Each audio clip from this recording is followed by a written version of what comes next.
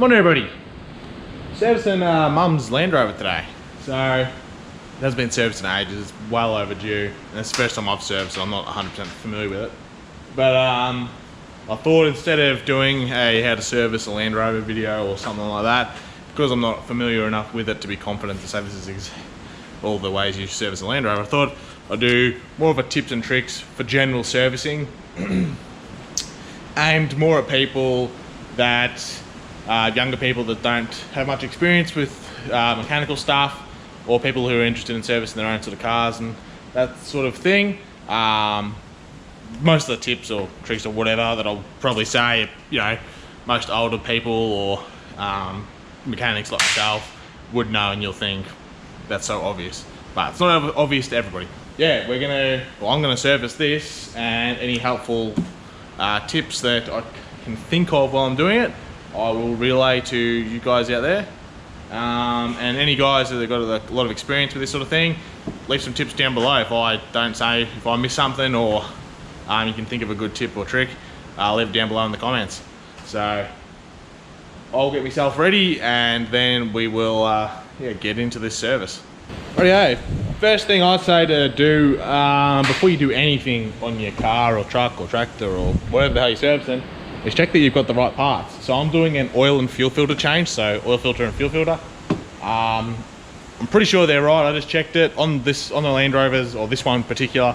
I don't know about others. The fuel filter is down the back behind the right hand wheel, which is a strange place to put it, but whatever. And the oil filter is on the exhaust side of the engine, underneath like the manifold and turbo and stuff. They look about right, so I'm confident that they should be. But yeah, you want to check your parts before you start pulling things off and find that you've got the wrong parts. And then my second thing is, once you've know your parts are right, run your engine for a little while, like 5-10 minutes, just to let it warm up, just let it idle. You want it all to sort of warm up and let the oil sort of loosen up a bit. It'll help it flow out a bit better, and you'll get a little bit more oil out as well. Yeah, just warm it up a little bit. You don't want it stinking hot. You don't want to be burning yourself while you're mucking around draining the oil. So yeah, the other thing I do, generally everybody would do it, is I just go over the engine and the engine bay with a torch or whatever, and just check pretty much everything you can see for leaks. This has got a few oil leaks. It's, what year is it? 2002, so 20 years old, and being a Pommy Land Rover, yeah, it has quite a few leaks. So there's a couple of oil leaks, and there was an old coolant leak that I fixed a while back, so some stains and stuff. You just want to go over it, look for any leaks, check your fan belt, just make sure there's no cracks in it, and yeah, just look for anything that doesn't look right. Damage. Rats have been in here as well, so some of the firewall foam has been chewed up, as well as some of the wires, so it looks pretty ordinary. But yeah, just keep your eyes peeled for exposed wires and things that have perished or cracked. Here's the belt. So it's a serpentine belt, so it means it wraps around every pulley. You just want to check on the ribs. It'd be hard for you guys to see, I think, but just check there's no cracks. This one's pretty good by the looks of it, so she will go again. And then you just want to check your fluids, power steering fluid, brake fluids over there. We're doing coolant, so we don't have to check it. And yeah, just check anything else that sort of gives away any sort of obvious signs of that there's a problem. You can see there's this coolant stain around that pipe there. I think it needs a new hose clamp. Won't worry about it today, it's not wet, but you can see that it's the corrosion from the coolant. So yeah, it's obviously leaked there in the past, but that's not a problem for today. Right now, I've just removed the air filters. You can see there's a bit of dirt and stuff in the filter box. It's a good idea to get an air gun and just blow all that out as well, because you're going to suck that straight back up into the air filter. So here's the air filter. One of these style, bit of dust and stuff in them. I was always taught with the car filters like this that you shouldn't blow them out, you should just give them a tap. I'm not sure why that is, it's just what I always do though. Yeah, so I'll give it a clean by just tapping it against something and knocking most of the dust out.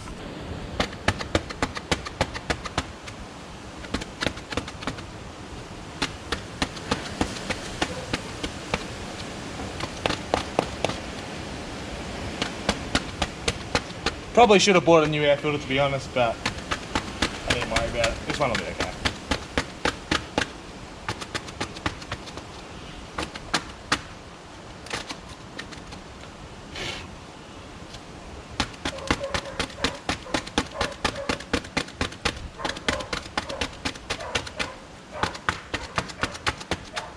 Yeah, that should be pretty right, I think. Rightio, I'm just underneath the back of the car. I'm going to do the fuel filter, which you can see up there in the center. It shouldn't be too bad. It's in a weird position. I've never seen one that's right next to a wheel on the back of a car before, but the POMs, I guess, have different ways of doing things. So we'll spin that off and chuck the new one on. So a bit of a tip with fuel filters. Now I'm pretty sure this is self-bleeding, so it'll have like a little electronic pump that'll pump fuel into it before you start it. Most filters, oh well, a lot of filters don't have that. Some will have like a pump that you have to prime them and bleed the air out of the system, and others will be like this. Some don't have anything at all, and you've got to like either gravity bleed them or just crank the engine over until it fills with fuel, which isn't ideal. But I'm pretty sure it's electronically filled. If it's not, we'll just have to crank it over until it runs. But yeah, a tip you can do for fuel filters, if you're not sure and you've got a fuel filter like that, you can fill it up with some fresh diesel and then put it on, and then once you've put it back on, it should start up pretty easily because you've already filled the filter with fresh fuel. So I'll change this and to get it on and see if I can start it.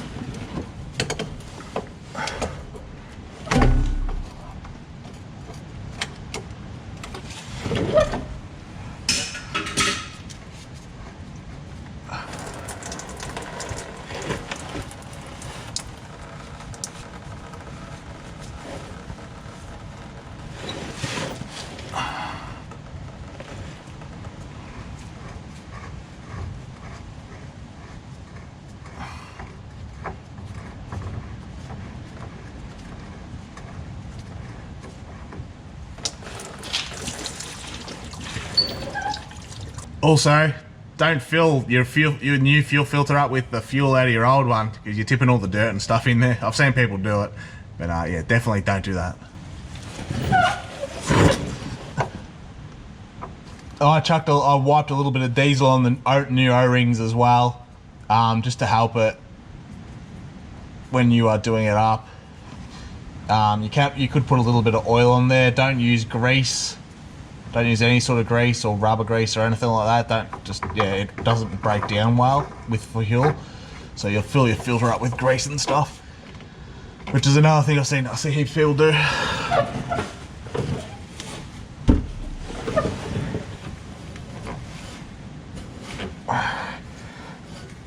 There we go.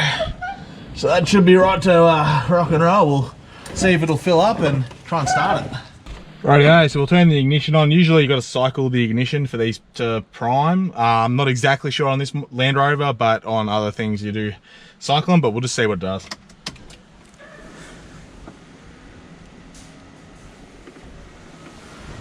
I can hear something pumping. I don't know if that's a fuel filter or not. Yeah, I can hear the fuel filter pumping there.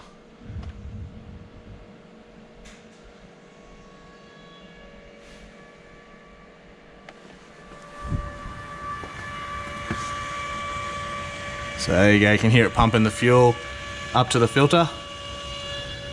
I don't know if it just stops when it's full. It just stopped then. What we'll do, we'll turn the ignition back off, let it set, and we'll do it again and see what it does. Yeah, you can hear it pumping again. Once it turns off on this one, we'll try and start it.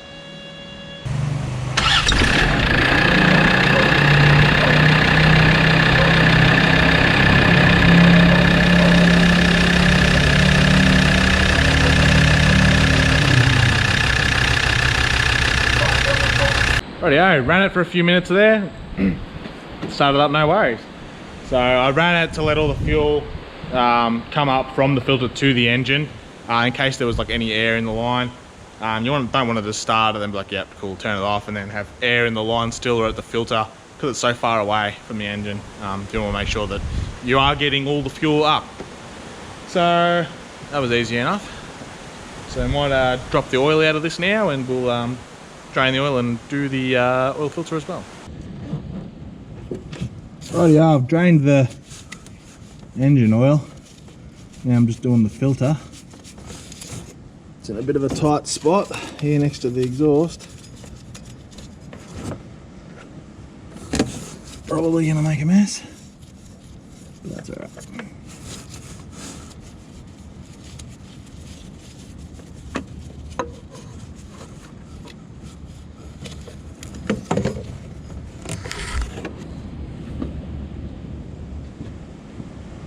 Here's a tip I actually learned off another YouTube channel. You guys might have heard of him. Marty T, he's a Kiwi bloke. He was doing a video about oil filters.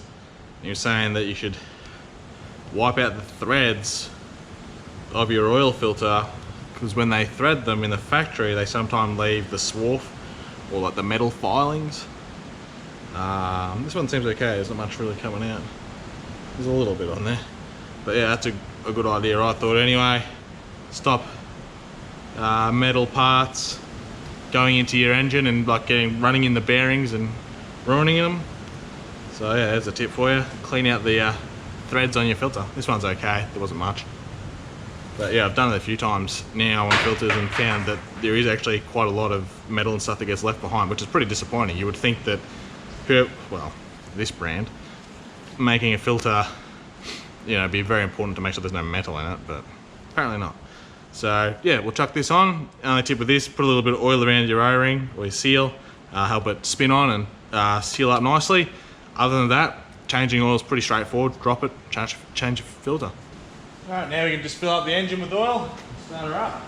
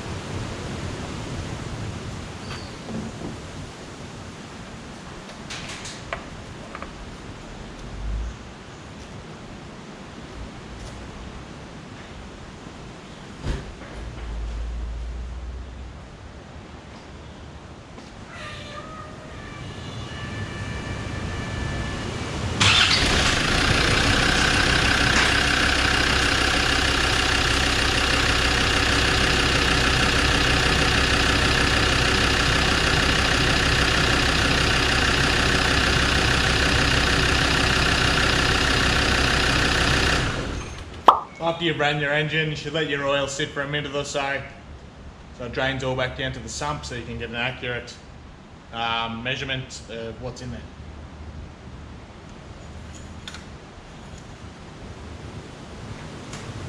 This one needs a little bit more.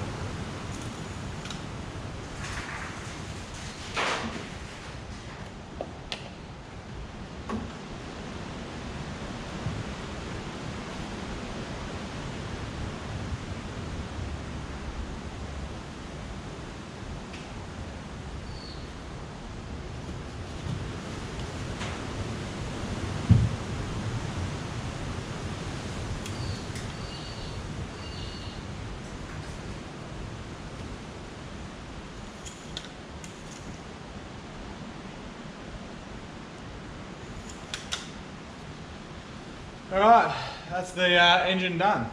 Well, the oil on the engine anyway. Still got to do the coolant. Rightio, we are underneath the engine again. Excuse all the oil leaks. I'm going to drain the coolant now. So from what I've found, you can see there on that main pipe, there's a bolt or bung or whatever you want to call it. That's where I'm going to drain the coolant from. Now there usually is like a drain on the bottom of your radiator or on the bottom radiator hose, and I think this is basically what it is. There are covers up here where the radiator is underneath, and I'm pretty sure this is the lowest point, being this bung here, so that's where I'm going to drain it. Landrover experts might be able to tell me otherwise, but yeah, this is what I can see where to drain it from. So I'm going to drop the coolant out of it now. So as I said at the start, we had the engine running. If you were doing this and the engine was hot, be very careful. You'd want to let it cool down quite a bit and make sure there's no pressure in the radiator, so by releasing the cap carefully. And yeah, so we'll drain the coolant out and we'll flush it out with a bit of fresh water, and then we'll put some new coolant into it. Alright, I drained all the coolant out. This is the second tub. Come out really clean. It was almost like water. It looks a bit dirty there now because it's in the oil tub. But yeah, you can see where I drained it up there. So I'll flush a bit more water through it, and then we'll fill it up with some fresh coolant. But yeah, it's very clean. Yeah, it's pretty clean, which is surprising because I had to fix a hose leak on this one a while ago. And Mum had just been topping it up with water, and it looked pretty rusty and rubbishy in there, but it mustn't have been as bad as I thought. So that's good. We'll just, yeah, run a bit more clean water through it and put fresh stuff in there. If it was really rusty and you were changing your coolant, you'd do it a few times until the water started coming out clean, and you'd probably put the bung back in and fill it up with just fresh water, run it, and then it would circulate everything and break all the rubbish off again, drain it, and then just keep flushing it and doing the same procedure until it comes out clean. That's probably your best bet. There are other, you can pull hoses off as well. If it was really, really rusty and really bad, you'd probably just replace your hoses and clean everything out and change thermostats and stuff. But I'm not too concerned because of how clean it was. So I'll fill this up again, flush a bit more water through, and then put some coolant in it. All right, it's time to fill up the coolant. Probably gonna make a bit of a mess here, but that's all right because I don't have a clean funnel for coolant.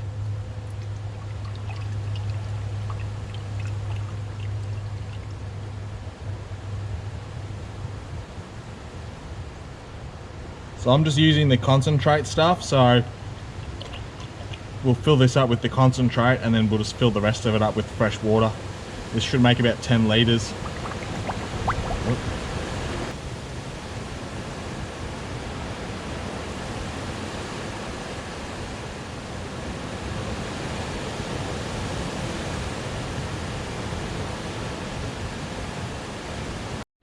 Alright, it's pretty much filled up, so tip here.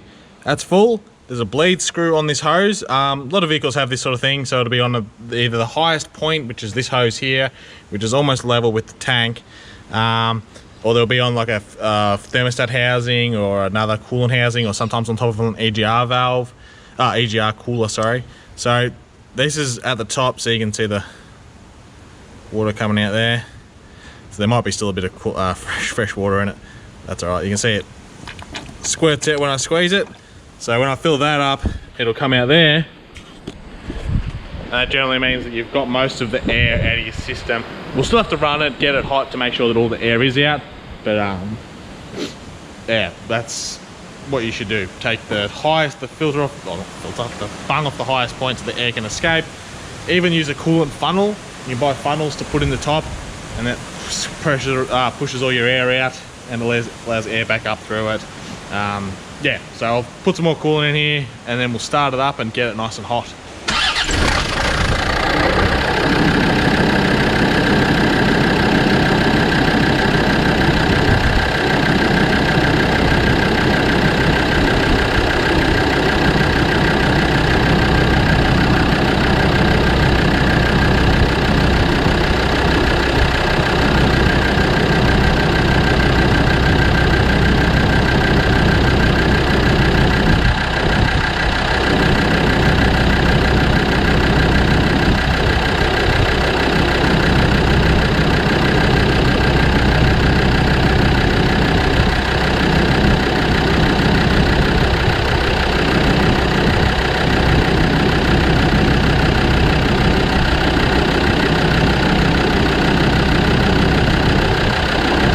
Rightio, got the engine running as you can hear.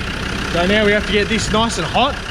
That'll open up the thermostats and all the coolant will circulate throughout the engine, and it'll get any air out. So we need to build the temperature up. The best way to do that is just to hold the revs up pretty high. Sitting at idle, it'll take ages to heat up, and if your thermostats are stuck open, they won't heat up. So we'll pick the revs up and yeah, try and get this nice and hot.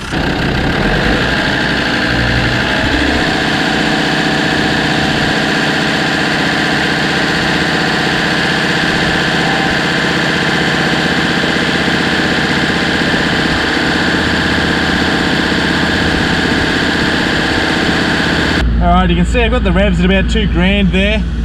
The temperature gauge is just above cold, it's slowly going up. So something else you can do to make sure that you've got coolant circulating throughout your engine is turn your heater on and put it on to as hot as it'll go, and put the fan on and just wait for the air to heat up. If your temperature gauge gets hot and you haven't got hot air coming through your heater, well, you've got some sort of issue with your heating system, heater core possibly. But it's a good way to make sure that your coolant is circulating through your engine, because the water pump pumps it through all your systems, and once the air heats up, you know that it's circulating right through the engine. So I can feel it starting to get warm now. It's not super hot, but the engine's not hot yet either. So once this gets hot, we'll recheck the coolant. Rightio, just turned the engine off, got up to temperature, the heater got hot, engine's nice and hot. You can see there's a bit of steam coming off the bottle there. So now what I'll do is I'll leave the cap off and let that burp basically, so let any air that's in there make its way to the top, and then once it sort of cools down again, we'll recheck the coolant, put the lid on, and when we take it for a drive, we'll see what happens also. But that's pretty much the coolant done, so yeah. So now we'll work our way onto some of the more suspension and steering type things. Not going to go right through everything. The car's pretty tired by the looks of it from what I've seen, so I think there's a few worn out bits and bobs.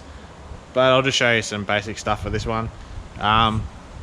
This is an interesting setup. I don't think I've ever seen one like it. It's got a solid front axle, so normal sort of diff with a solid diff housing and axles, but instead of having a swivel hub type arrangement like what my Landcruiser has, it has swivel hubs. This has got two ball joints on top, and they are where the steering knuckle pivots from. So we'll be able to check that. We'll check our bearings, try and see if we can look at the brakes, and we'll just have a look at a few other bits of suspension stuff. Alright, I've got this front wheel jacked up. As you can see, it won't spin all the way around because I've got the other wheel on the ground still, so it is locking itself together. But what we'll do here is we'll check the bearing, and we'll check these ball joints as well. So with the ball joints, I've got it jacked up high off the ground. I can get this big pry bar under here, and we'll just see if we can hear or feel any knocking. It seems pretty solid. I can't feel anything. You will feel like a slight knock when you're pushing it up and down, and that's a good way to see that your ball joints are worn. Even another way you can do it is get someone to do this while you slide under the car and just with a torch and look at the ball joints, and if you see any movement, you know they're worn out. So that's alright. And then we'll check the wheel bearing as well. So just pushing on the top and the bottom of the wheel. And that seems pretty good. There's no movement, can't feel any clunking. That's all you're really looking for, is clunking and movement and any abnormal sort of sounds. So that one's pretty solid. So I'll go right around the car and check all the other ones. Same deal applies on the back axle as well. So yeah, I'll do that. Alrighty, I'm just underneath the car once again. So we're looking at the tail shaft on the back of the handbrake drum. So this is greasable.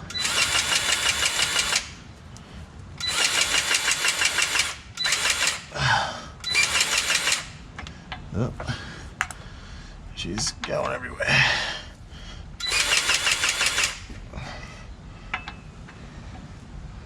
Oh, we're making a bit of a mess. That's alright. So you want to make sure that your tail shaft gets a grease.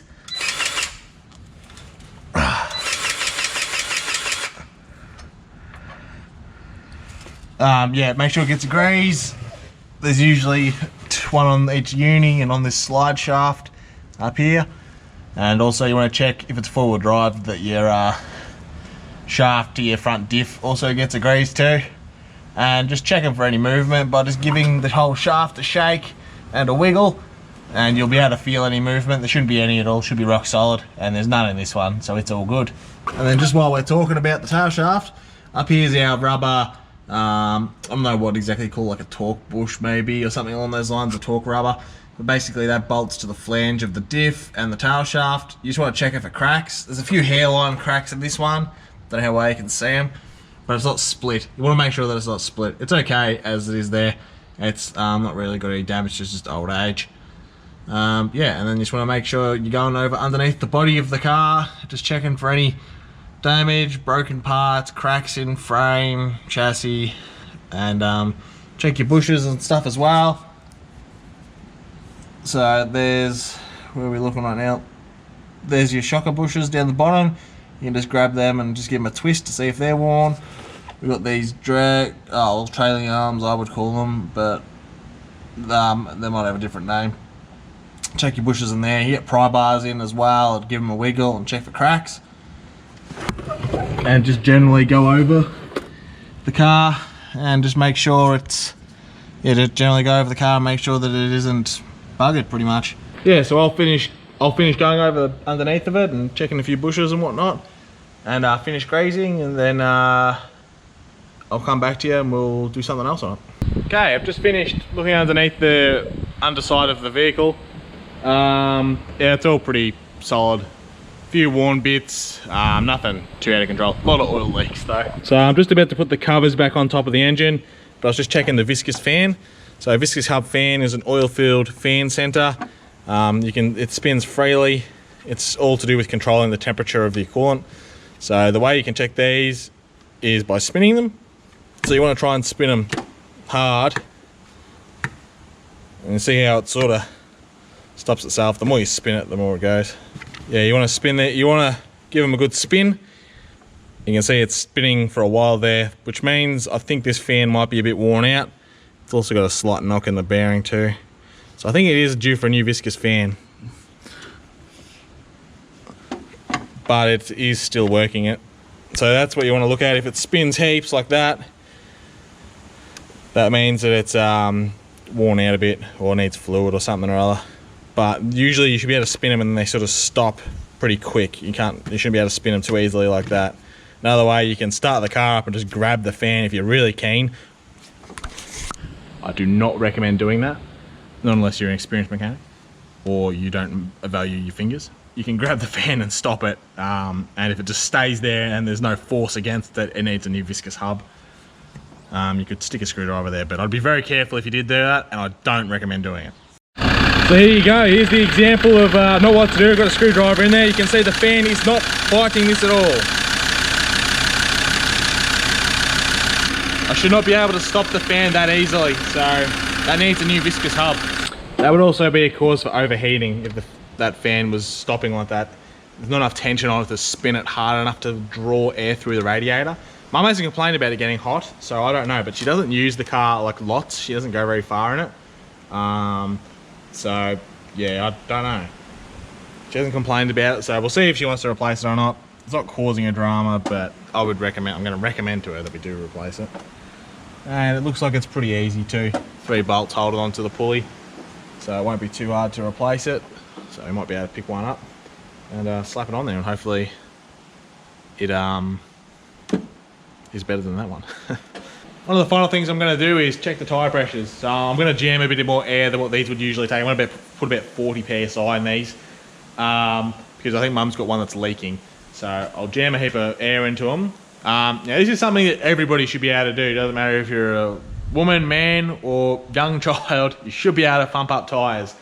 I don't know why at work we get a lot of people come in that can't pump their own tyres up and are just too lazy to do it, and it really bugs me.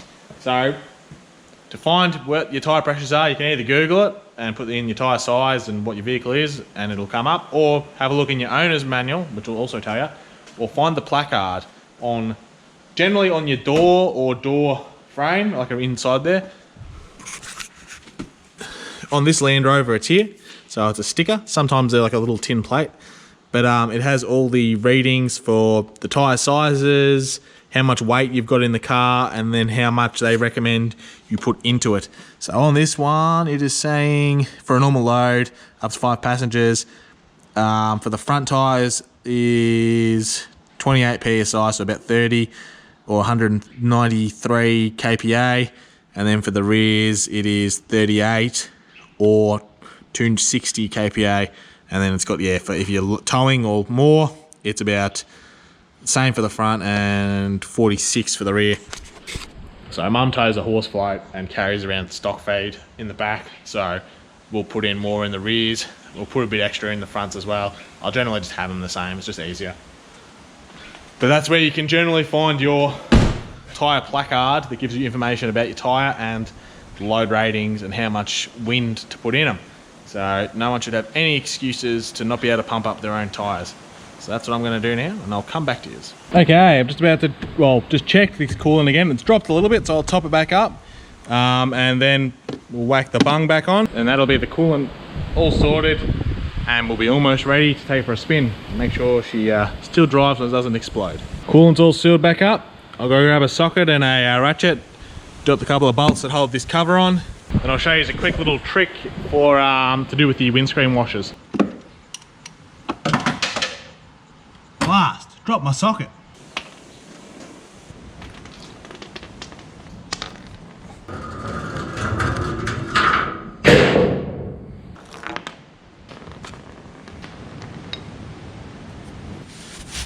There he is. Got it. What is this? It's a big man for carltondraught. It's just so freaking good. It's a big man, expensive man. This man better sell some money.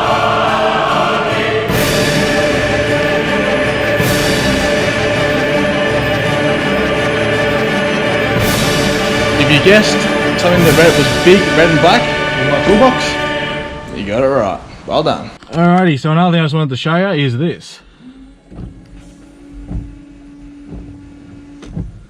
So there's only one washer nozzle spraying any water. There should be 4.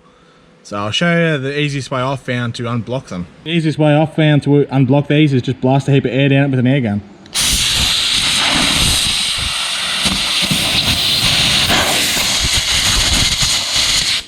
Usually that unblocks them, so we'll see if it has unblocked. The reason to be blocked up is the filler cap on Mum's water bottle has been chewed by rats and it is gone now. So there's nothing actually stopping dirt and stuff from getting in there apart from the little gauze filter. So we'll see if this has helped. There'll be more dirt in there that'll get sucked up and probably block them, but if we can make it a little bit better, at least get the left side working, it'll be a bit better. There we go. All 4 of them are working. Those 2 over there are spraying way too high. That's a lot better than what they were, so I'll straighten those 2 up. Well, that's the service pretty much done. Just a minor, I guess you would call it. Didn't change all the oils. So, checked the majority of the car. Stuff that I can't get to very easily because I don't have a hoist. I'd love to have one though. But yeah, it's pretty much done. And all that's left to do really now is test drive it. So, whenever you work on your own car or you're doing work on a piece of machinery, always run it or drive it. In car's case, drive it. Just to make sure there's no underlying faults and that everything works the way it should. So we'll start her up and take it for a quick spin.